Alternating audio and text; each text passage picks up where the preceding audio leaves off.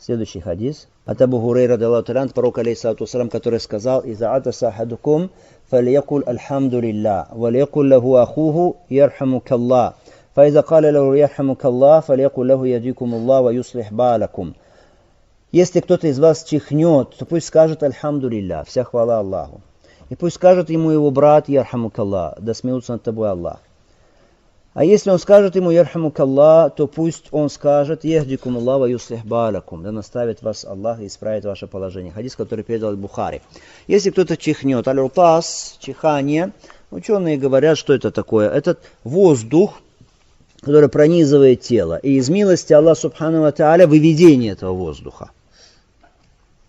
Это милость Аллаха субхану ва тааля, что выводится этот воздух, поэтому человек восхваляет Аллаха субхану ва тааля. Кроме того, почему еще восхваляет? Потому что раз человек чихает, чихание это, если, конечно, он не простужен, это указание на активность человека, на бодрость его, в отличие от зевоты. Когда человек зевает, это указывает на вялость, а чихание указывает, наоборот, на бодрость. Поэтому человек восхваляет Аллаха субхану ва тааля. Во-первых, выводится, что вот этот воздух, который вредит человеку. Во-вторых, что? Бодрость. Это признак бодрости. Поэтому человек говорит: альхамдулилля. Вся хвала Аллаху. Аль-хамд. Что такое аль-хамд? Аль-хамд это описание кого-то совершенством, с любовью и возвеличиванием. Даже если один раз. Это хвала. То есть один раз описал каким-то качеством совершенства кого-то с любовью и возвеличиванием, это будет аль-хамд. Хорошо. Если много раз описывает постоянно вот так совершенством, еще раз, это уже будет сана, это будет восхваление, сана. На это указывает хадис пророка алейхиссалату вассалям. Аллах субхану тааля говорит: «Касамту саля бейни ва бейни абдин исфейн». Я поделил намаз на две половины между мной и моим рабом. Или еще это сура Аль-Фатиха. Когда раб говорит: «Альхамдулилляхи раббил алямин», вся хвала принадлежит Аллаху, Аллах говорит: «Хамидани абди». Хамидани. Сделал хамд. Похвалил меня мой раб. «Ваиза каля ар-Рахмани рахима», когда скажет ар-Рахмани рахим, всемилостивым, являющую милость, Аллах говорит: «Асна алейя абди». Смотрите, уже сказано сана. «Асна алейя абди». Восхвалил меня мой раб. Аллах субхану ва тааля здесь провел разницу между хамд и между сана. Хорошо? Когда он первый раз сказал, Аллах субхану ва тааля назвал это как хамд. Второй раз как сана. А если хвалит кого-то без любви и без возвеличивания, просто чтобы какую-то выгоду поиметь, например, или боясь чего-то со стороны человека, желая разжалобить его, поэтому хвалит, это называется хамд? Нет, это уже называется мадх по-арабски. Смотрите, арабский язык на его глубину. Одинаковые буквы. Хамида мадаха. 3 буквы одинаковые здесь. Хамим даль, да, и там то же самое. Но меняется порядок и как меняется смысл. Мадх – это когда хвалит, но без любви и без возвеличивания в сердце, а просто как? Из-за какой-то выгоды или из-за страха. Это мадаха. А хамида, когда с любовью и возвеличиванием. Это отличие от хамда. Альхамдулилля. Вся хвала лилля. Аллаху. Вот это лям, ли. Лилля. Эта частица указывает на какой смысл? На смысл, что Аллах заслуживает всей похвалы, или на смысл, что Аллаху принадлежит вся хвала. И на то, и на это на самом деле.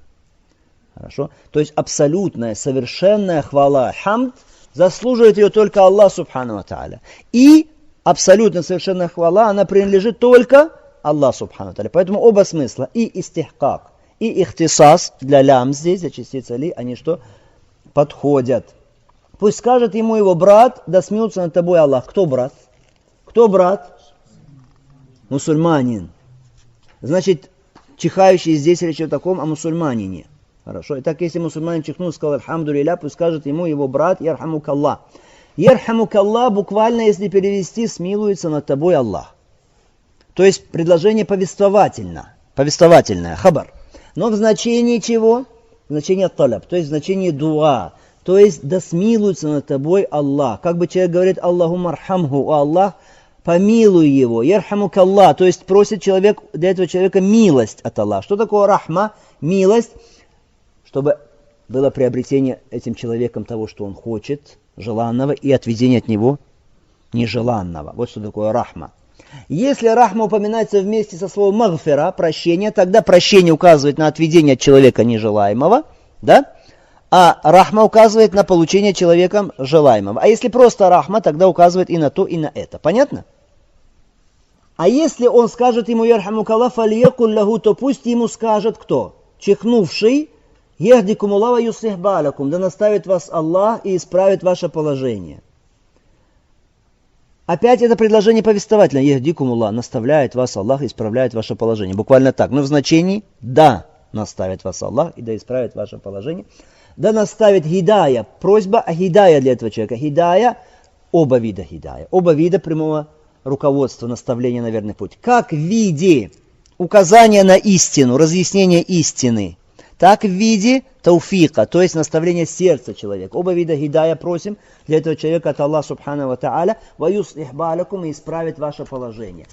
Все ваши дела, включающие дела мирские, дела, касающиеся вечного мира, религии, все пусть исправит Аллах субхану ва тааля и приведет в наилучшее положение. Смотрите, здесь ответ мольбой на мольбу, но этот ответ он еще лучше, чем та мольба, которую сделали за него.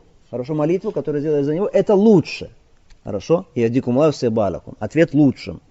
Какие выводы из этого хадиса? Ну, во-первых, установленность хамда, то есть восхваление Аллаха, альхамдулилля, для чихнувшего. То есть тот, кто чихнул, для него установлено в шариате сказать альхамдулилля, восхвалить Аллаха субхану ва тааля. Сказано фальекуль, пусть скажет. Это частица приказа, лямуль амр. Означает ли это, что восхвалить Аллаха, если ты чихнул, это ваджиб или это желательно, сунна? Большинство ученых говорят, что это желательно. То есть не ваджиб, а желательно. Некоторые ученые говорят, нет, обязательно. Потому что, во-первых, частица приказательная здесь. Фальекуль, пусть скажет. Во-вторых, это восхваление в ответ на милость Аллаха субхану ва тааля. Человек получил милость от Аллаха, ни'ма, в виде чихания, и он восхваляет Аллаха субхану ва тааля.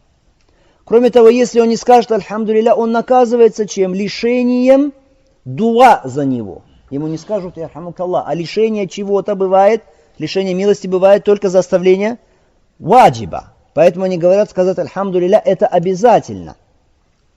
То есть указывает на вуджуб.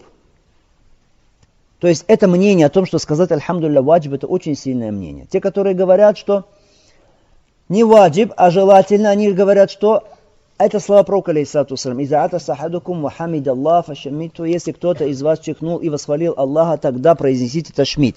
То есть как бы указывается на то, что если чихнул и восхвалил, то есть, а может и не восхвалить. Как бы в этом хадисе есть какое-то указание, что может быть не обязательно. Другой вывод из этого хадиса.